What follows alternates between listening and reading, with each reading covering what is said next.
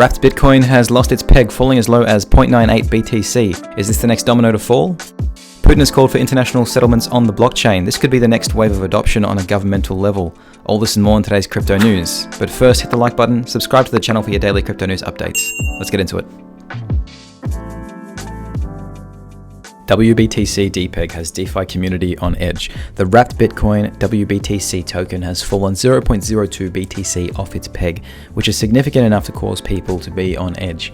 Wrapped Bitcoin is essentially a wrapper token for Bitcoin on the Ethereum network. So as you know, there's only 21 million Bitcoins. You can't just make more of them on Ethereum. But what you can do is lock a Bitcoin up on the wrapped Bitcoin network, where it will give you the equivalent 1-to-1 ratio of a wrapped Bitcoin token for that Bitcoin on the Ethereum network. Wrapped Bitcoin is the leading wrapper for Bitcoin on the Ethereum network. It continues to trade at a slight discount. A chart circulating on Twitter shows that Alameda Research, which was the sister company of FTX that is currently in bankruptcy, is by far the top wrapped Bitcoin merchant by the number of tokens that are minted, having created more than 100,000 WBTC. Okay, so here lies the issue. People are concerned that the 100,000 WBTC minted by Alameda may be at risk, causing the depeg. Cheng Feng, the COO of BitGo, which is the centralized digital custodian service that holds the wrapped Bitcoin, this is where the locked Bitcoins are custodied, sought to reassure investors that WBTC is safe. If folks capitulate to fake news, the market makers win. Every WBTC is 1-to-1 backed and verifiable on-chain, Feng said. The crypto misinformation has to stop, weighed in Yudi Werthemeyer,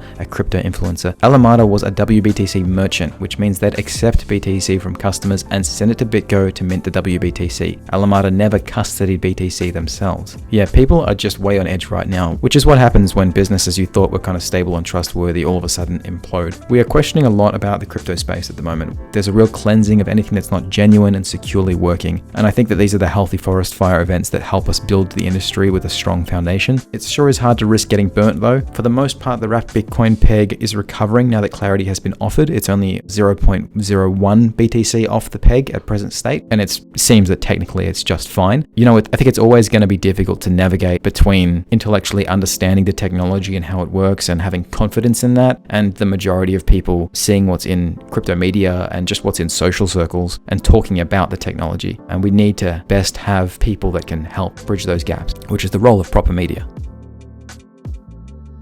Binance commits $1 billion to the Crypto Industry Recovery Fund. Following the FTX exchange fallout, Binance is launching an industry recovery fund that will help other firms. The fund will start with $1 billion of contributions from Binance and is accepting contributions from other companies in the space as well, some of which include $50 million each from Polygon Ventures and Aminico Brands. The initiative will be transparent, CZ said, committing the funds to the BNB blockchain address here.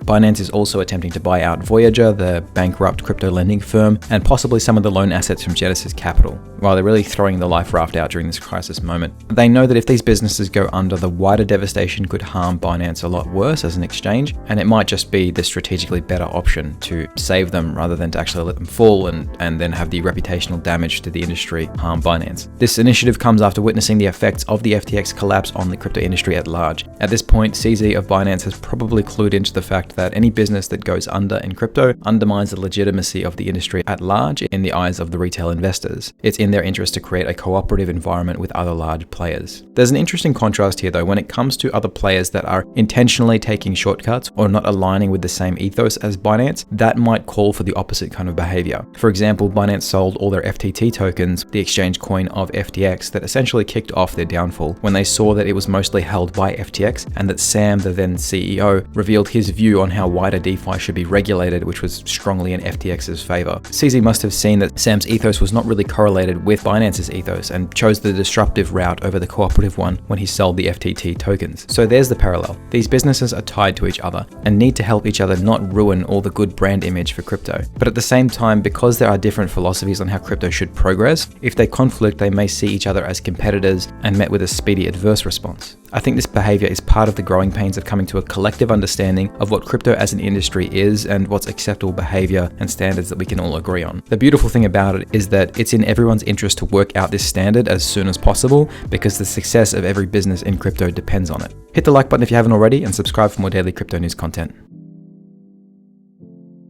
Putin calls for blockchain-based international payment system. The Russian president criticized Western sanctions and urged for a system independent of external interference. Russian President Vladimir Putin criticized monopoly in global financial payment systems and called for an independent and blockchain-based settlement network, speaking at the International AI Journey Conference in Moscow. During the event organized by Sberbank, the largest Russian bank and a major lender to the government, he stated, "The technology of digital currencies and blockchains can be used to create a new system of international settlements that will be much more convenient, absolutely safe for its users, and most importantly, will not depend on banks or interference by third countries. I am confident that something like this will certainly be created and will develop because nobody likes the dictates of monopolists, which is harming all parties, including the monopolists themselves. If we take a global perspective, it just makes sense that we use a unit of account that is unbiased to any particular nation. It just so happens that before distributed ledger technology, we weren't really able to do that. I think that we will inevitably move this way, if not for the convenience, also because it's much cheaper and faster. Moving money across the world with Bitcoin or with a stablecoin on a crypto network is incredibly efficient. However, it's also in Putin's interest to go this way because given all the sanctions on Russia, he has no benefit from the current SWIFT settlement system. They're actually negatively affected by it, and it wouldn't shock me if he's one of the first to pursue this new technology for Russia. It's the underserved countries that will make this first move, after which all the other countries will follow suit when they see how much better the new technology is. Faster, cheaper, more reliable and transparent. That's exactly what we should desire out of our government monetary systems.